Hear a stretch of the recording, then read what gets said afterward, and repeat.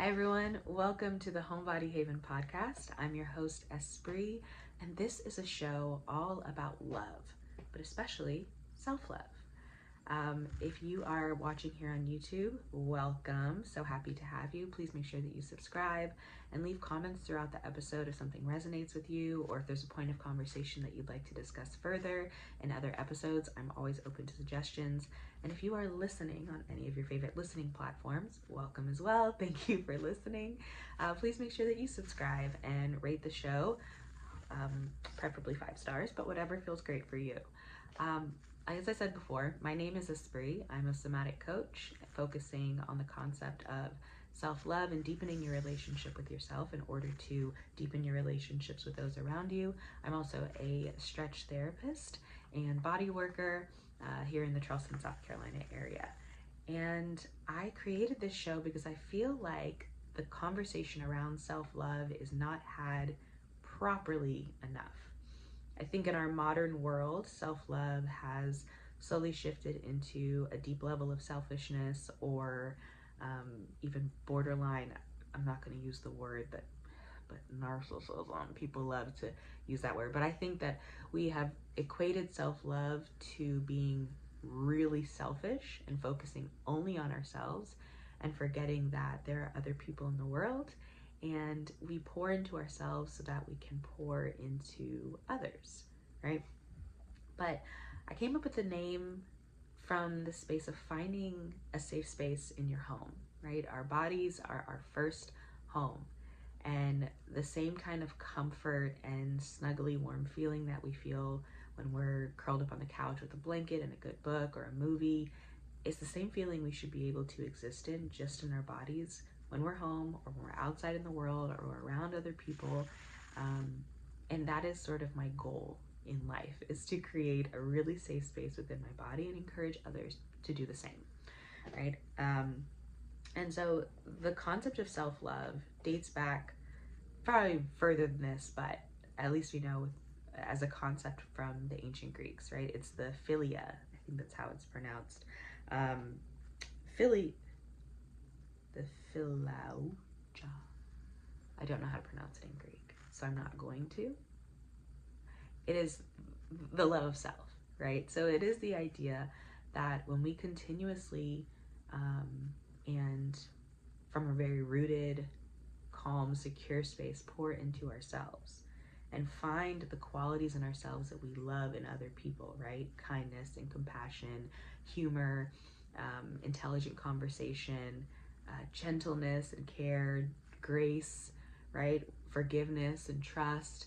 When we seek out those things for ourselves, we're able to give those things back to other people from a really, really pure space, and it deepens our relationships and it deepens our ability to understand and connect with people. And I think that's just a really, really beautiful concept. So I pulled up the definition, or a definition, of self-love from the Greek standpoint, and it says that it refers to self-love or self-compassion, the Greek word that I will not pronounce. And Greeks thought that loving yourself meant you had a wider capacity to love others, something that we could all still learn from today when it comes to self-care.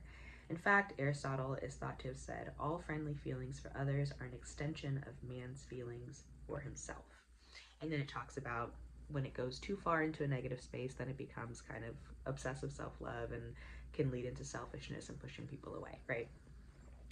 Well, we're not going to talk about that part of it. Not in today's episode, maybe another episode down the line.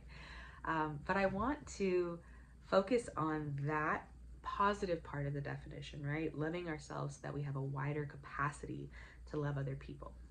Because I think the capacity is really a part of what's missing in a lot of people's lives. It's not that people don't have a desire for closeness or a want for other people in their lives. Sometimes it comes down to not having the capacity to extend grace or patience or care or love to other people. And it probably does stem from ourselves. It stems from our busy world. It stems from all of the things that we have to get done. And so adding an additional thing to our plate might feel overwhelming, and I can understand that. But in order to really connect with people, we do have to connect to ourselves. When we feel like we can't trust other people or we're unsure about their actions, you might have to take a little step inward, look in the mirror and say, well, do I trust myself?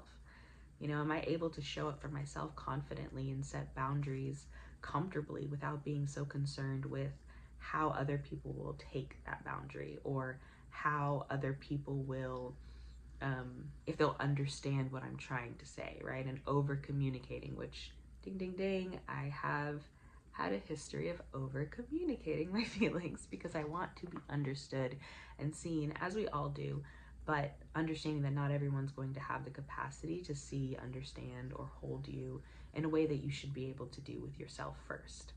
So this show, I really want to have conversations that center around rebuilding intimacy with ourselves, right? Being able to look at ourselves and spend time with ourselves, and feel comfortable and feel like we have a lot of love to give and feel confident and sure, and feel really rooted and grounded in our intelligence or our passions or our capacity to show up for ourselves, and making sure that that is first and foremost before we start involving other people into our lives. And not from just a romantic space. This isn't just like love yourself so that you can be a good partner, a good spouse. That's great too, but romantic love is wonderful. But platonic love, our community, our ability to repair and find solution during conflict, all of this comes from a space of how confident are we in our own ability to communicate and to set boundaries and to show up for ourselves and to commit to maybe the things that we said we were going to do, and push past imposter syndrome and procrastination and all of these areas where we push ourselves away from our greater goals or our purposes, because of fear, because of worry, because of concern, because of lack. And I will get better at the conversation part of this, I promise you. But I do think these are important conversations and topics to have. And I'm experiencing that on my own journey of things, right? I've gone through breakups in the past. I've gone through, friendships that have split or have paused for a little bit. And it, it's heartbreaking every time because I love so hard and so deeply. But I admittedly was abandoning myself in some of those relationships, and I think that's why the hurt felt so heavy, right? It is because I care about these people, and I love them, and I would want them in my life, but I think the rejection feels so big, or the separation feels so big, because it feels like I'm losing a part of myself, right? I've poured so much attention into caring or loving for other people without pouring that into myself first. And I know I'm not the only person who's done that once or twice or many times before. And so in this journey to committing to myself and loving myself and not abandoning myself every time conflict comes up, or it gets uncomfortable, or it feels shaky, or it feels like someone's ready to kind of dip out and protect themselves, I have to be okay, and you do as well, who's watching, has to be okay with saying, you know what, I do want these people in my life and I do care about them, and I hope that they don't leave or decide that they no longer want to be a part of my life. But if they do, I'm okay, right? I have enough strength and confidence and a surety with who I am to know that if that person's meant to be in my life later down the line, they will be. And if they're not, that's okay. I still love them and I extend all of the care and grace in the world to them, right?